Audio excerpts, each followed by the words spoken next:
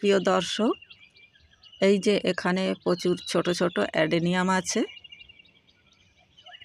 এগুলো আমি আমার বাগানের মাদার গাছ থেকে বীজ সংগ্রহ করে তৈরি করেছিলাম প্রায় 1 বছর আগে। তো এই গাছগুলো আমি সম্পূর্ণ শীতভর আমি পলি হাউসে রেখেছিলাম। এখন যেহেতু গরম পড়ে গেছে তাই ওপেন করে দিয়েছি।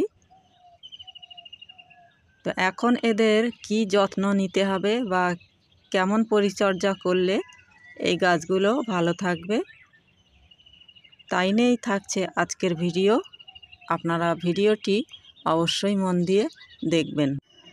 আমি বেগম কারিমা হক, আর আপনারা দেখছেন আমার গার্ডেনিং সংক্রান্ত ছোট্ট ইউটিউব চ্যানেল বেগম কারিমা হক।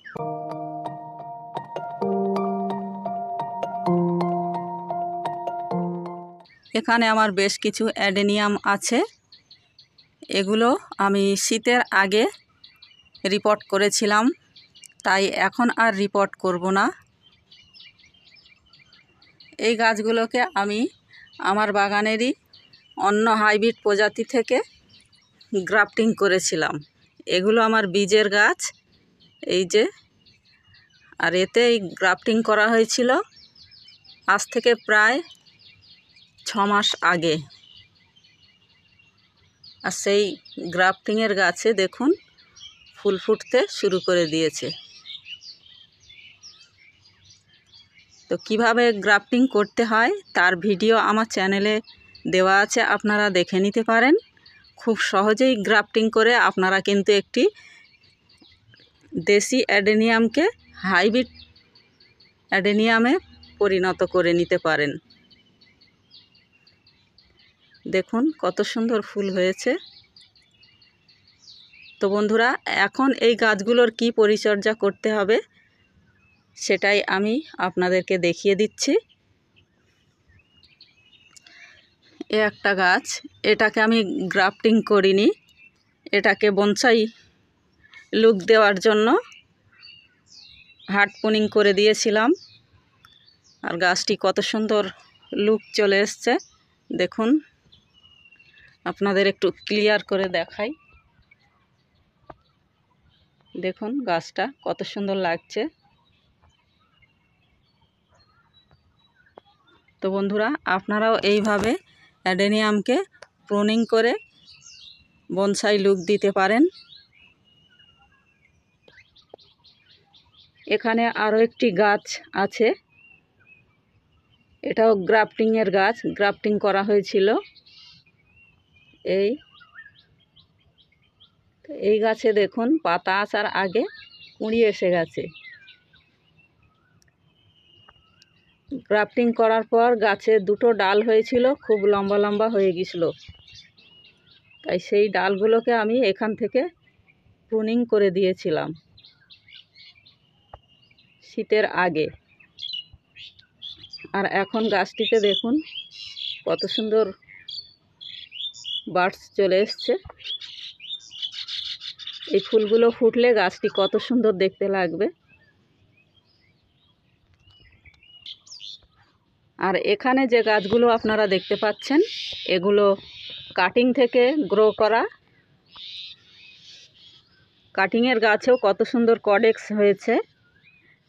এর ভিডিও আমার চ্যানেলে তো দেওয়া আছে, আপনারা নিশ্চয়ই দেখে থাকবেন। আমার চ্যানেলে অধিকাংশ ভিডিও অ্যাডেনিয়ামকে নিয়েই। তো কাটিং থেকে গ্রো করা গাছ এগুলো। এত সুন্দর কডেক্স হয়েছে দেখুন, মনে হবে না যে এটা কাটিং থেকে তৈরি। পাশেই একটা, এটাও। এখানে দুটো ডাল বসানো হয়েছিল একই জায়গায়, দুটো ডালকেই একই সঙ্গেই আমি বসিয়ে দিয়েছিলাম। তো এগুলো কত সুন্দর ঝোপালো হচ্ছে। কিভাবে হচ্ছে এগুলো রিপোর্ট করার পর গাছগুলোকে আমি হার্ড পুনিং করে দিয়েছিলাম, যার ফলে একাধিক শাখা বের হয়েছে। আর গাছটি সুন্দর ঝোপালো হয়ে উঠছে। তো এখন আমাদের করণীয় কি? এখন আমাদের এই যে ডালটা সব থেকে বড় হয়ে গেছে, লম্বা হয়ে গেছে, সেই ডালটাকে আমরা আবার প্রুনিং করে দেব, তাহলে গাছটি আরও ঝোপালো হবে। এই যে এই লম্বা মেন শাখাটা, এটা আমরা আবার এখান থেকে প্রুনিং করে দেব, তাহলে গাছটি আরও খাটো দেখাবে, বনসাই লুক নেবে। এই গাছটাই কিন্তু অলরেডি কুঁড়ি এসে গেছে, তারপরেও আমরা এগুলোকে প্রুনিং করে দেব। এখনই ফুল নেওয়ার চেষ্টা করলে হবে না, আগে আমাদের গাছ তৈরি করতে হবে, তারপর ফুল নেওয়ার চিন্তা ভাবনা করতে হবে, তবেই আপনার গাছটি এই রকম বনসাই আকার নেবে। দেখুন, এটাও আমার বীজ থেকে তৈরি গাছ। গাছটির বয়স প্রায় 3 বছর হতে যায়। 3 বছরই গাছটি দেখুন কত সুন্দর বনসাই আকার নিয়েছে, কারণ গাছটিকে এখান থেকে হার্ড প্রুনিং করে দেওয়া হয়েছিল, যার ফলে প্রথমে 4-5টা শাখা হয়েছিল, তারপর সেগুলোকে আবার এখান থেকে দ্বিতীয় স্টেপে প্রুনিং করে দেওয়া হয়েছিল, তার থেকে আবার 4টে করে শাখা হয়েছে। এইভাবে গাছকে ঝোপালো করতে হয় অ্যাডেনিয়াম। তো এর ওপর এখনও আমাদের কিছু কাজ বাকি আছে, সেগুলোও করে নিতে হবে, কারণ যে ডালটা সব থেকে উঁচু লম্বা হয়ে যাবে সেটাকে আবার প্রুনিং করে একই লেভেল করে দিতে হবে। তো আপাতত গাছটা এখন ঠিক সেবেই আছে, অসুবিধা নেই বিশেষ কোনো। দেখুন, আমি একটু দূর থেকে দেখাই। দেখুন গাছটির শেপ কত সুন্দর। ওই গাছটির প্রত্যেক শাখায় যখন ফুল থাকবে দেখতে কত সুন্দর লাগবে। এটাও একটি কাটিং থেকে তৈরি গাছ। দুটো কাটিং একই সঙ্গে বসানো ছিল, গাছগুলো একই সঙ্গে বেড়ে উঠছে। দেখুন,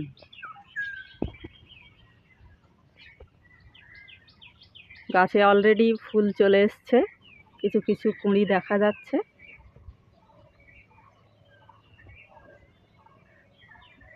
তো আপনাদের কাছে যদি পর্যাপ্ত পরিমাণে বীজের গাছ না থাকে, আপনারা অ্যাডেনিয়াম গাছের কাটিং বসিয়েও এরকম গাছ তৈরি করে নিতে পারেন।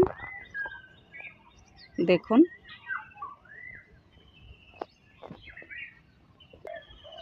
দেখুন দূর থেকে সম্পূর্ণ গাছটি দেখতে কত সুন্দর লাগছে।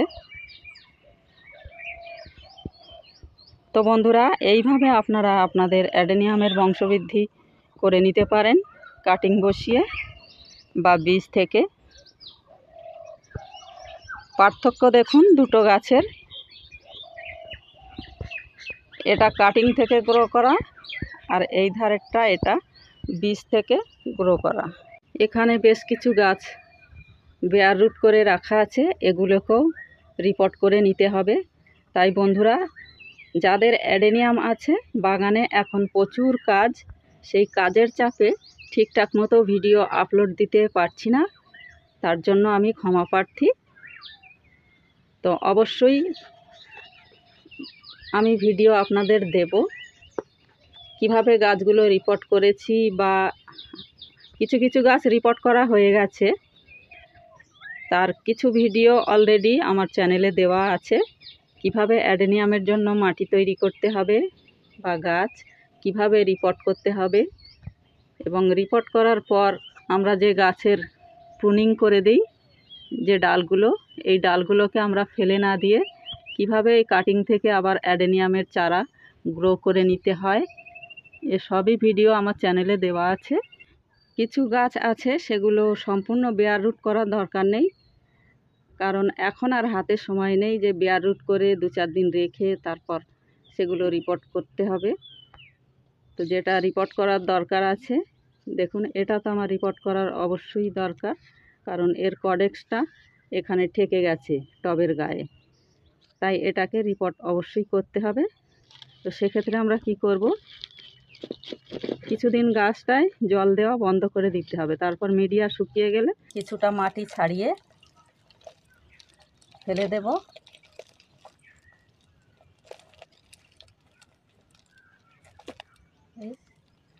সমস্ত মাটি শুকিয়ে গেছে, এমনিই পড়ে যাচ্ছে হাত দিলেই।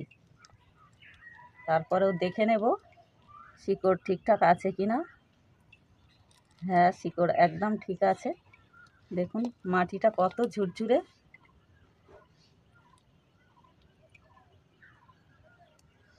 একদম ঠিক আছে শিকড়। তো এটাকে আমি এই মাটি কিছুটা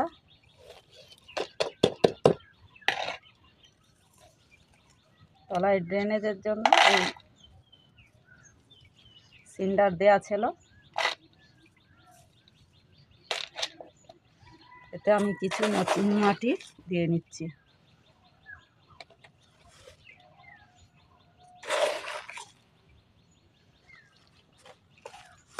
অ্যাডেনিয়াম গাছ সবসময় অল্প মাটিতেই ভালো হয়, বেশি মাটি দিলে কিন্তু অ্যাডেনিয়াম গাছ ভালো থাকে না।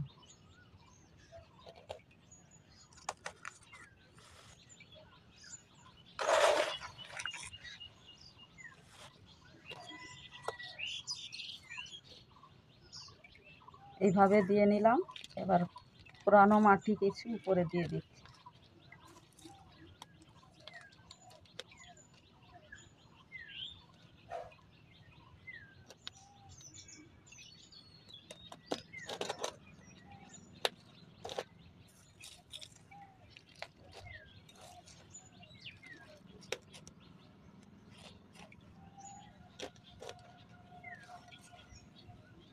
অ্যাডেনিয়াম গাছ যত ছোট পাত্রে বসানো হবে বা কম মাটিতে বসানো হবে ততই ভালো, ঝুঁকি কম থাকবে।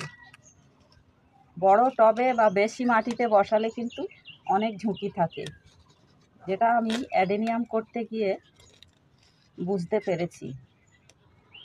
দেখেছি যে গাছটায় অনেক মাটি আছে বা বড় জায়গায় বসানো আছে সেই গাছটা কিন্তু সেইভাবে ভালো থাকে না, তাতে ফাঙ্গাস লাগার সম্ভাবনা অনেকটাই বেশি থাকে, আর হয়ও ফাঙ্গাসও লাগে। তো এইভাবে বসিয়ে দিলাম। সাইডে অনেকটাই ফাঁকা আছে, এইদিকে প্রায় হাফ ইঞ্চি, এইদিক হাফ ইঞ্চি ফাঁকা আছে। তো বন্ধুরা, কিছু গাছ আমি রিপোর্ট করে দেখিয়ে দিলাম আপনাদের। এবার যে গাছগুলো রিপোর্ট করার দরকার নেই সেগুলোকে একটু বুস্ট করতে হবে। তো কিভাবে আমরা বুস্ট করব, যেমন এই গাছটি, এটা রিপোর্ট করার দরকার নেই বা প্রুনিং করারও দরকার নেই। এখন গাছটি অলরেডি হার্ড প্রুনিং করা ছিল, ছোট ছোট শাখা বেরোতে আরম্ভ করেছে। এই একটি গাছ, এটিও। এই গাছগুলোকে আমাদের এখন বুস্ট করতে হবে। তার জন্য প্রথমেই আমরা গাছের গোড়ার মাটিটাকে একটু আলগা করে দেব, যাতে গাছের শিকড়ে অক্সিজেনটা পৌঁছায় ভালোভাবে।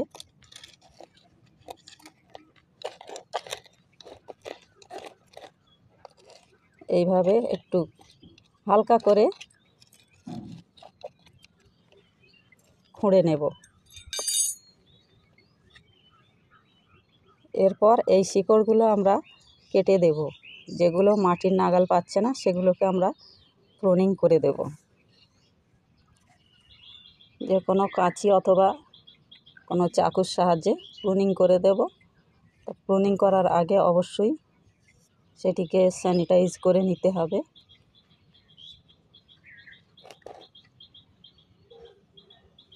এইভাবে আমরা পরিষ্কার করে দেব।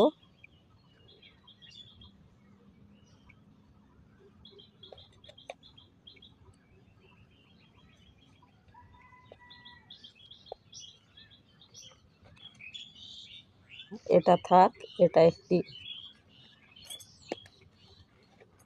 সুন্দর লুক দিচ্ছে গাছটিকে, দেখতে ভালো লাগছে।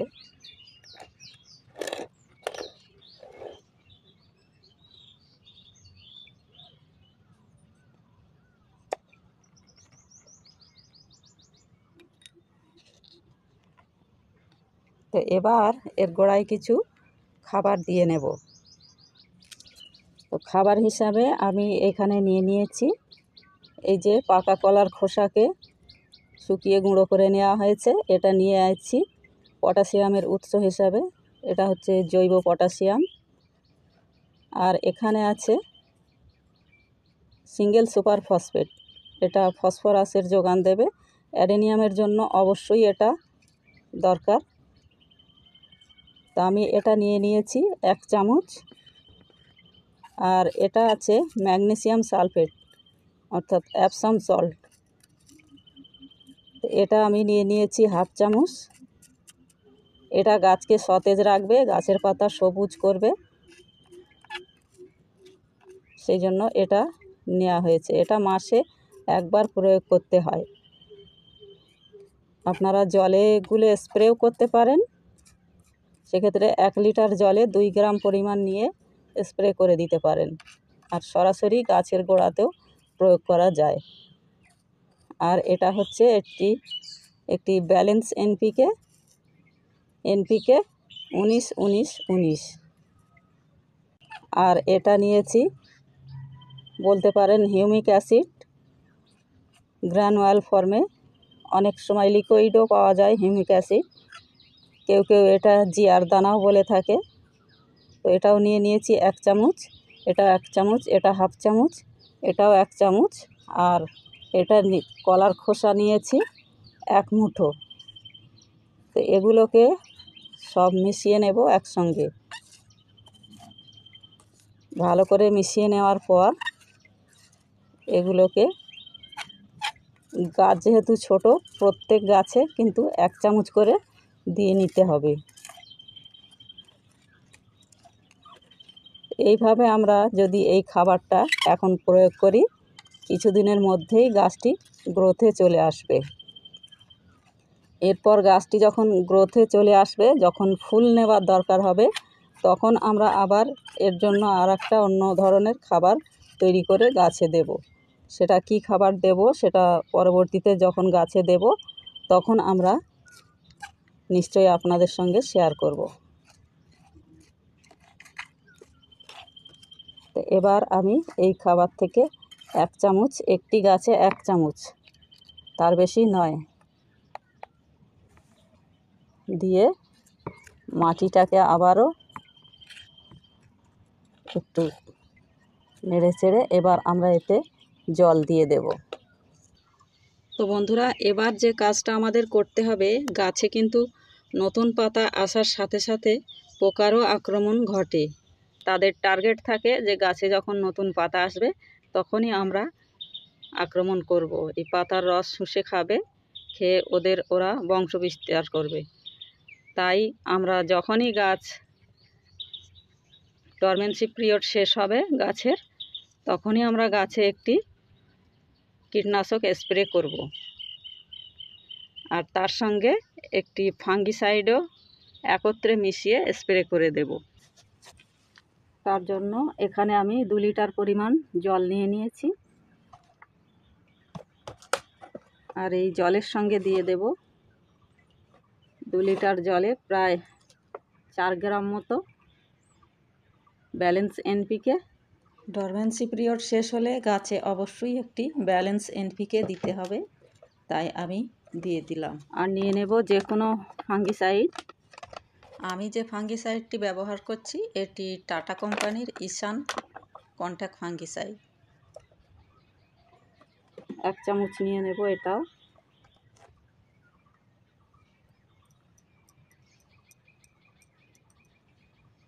আপনারা চাইলে সাপ বা ব্যাবিস্টিন যে কোনো ফাঙ্গিসাইড ব্যবহার করতে পারেন। এখানে নিয়ে নিচ্ছি 1 চামচ মতো।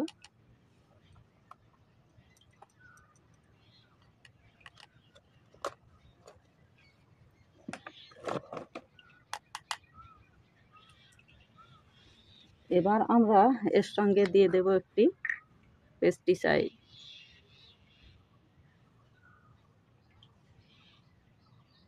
গাছ যেহেতু ছোট তাই কখনোই বেশি মাত্রায় ইউজ করব না, অল্প মাত্রায় ইউজ করব। 2 লিটার জলে নিয়ে নিলাম প্রায় 4 ml মতো।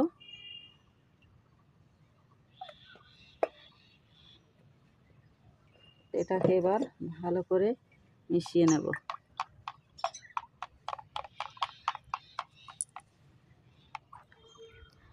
এখানে আমি প্রোফেক্স সুপার ব্যবহার করলাম। আপনারা চাইলে যে কোনো পেস্টিসাইড হালকা ডোজের ব্যবহার করতে পারেন।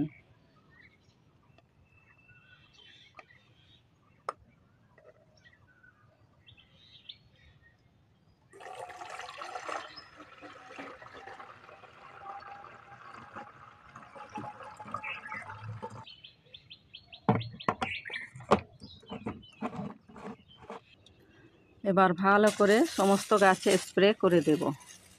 প্রিয় দর্শক, ভিডিওটি যদি আপনাদের কাছে ভালো লেগে থাকে অবশ্যই লাইক দিয়ে শেয়ার করে দেবেন ভিডিওটি। আর ভিডিও সম্বন্ধে যদি কোনো মতামত থাকে অবশ্যই কমেন্ট বক্সে জানাবেন। সবাই ভালো থাকবেন, সুস্থ থাকবেন। আজকের ভিডিও এখানেই শেষ করলাম। ধন্যবাদ।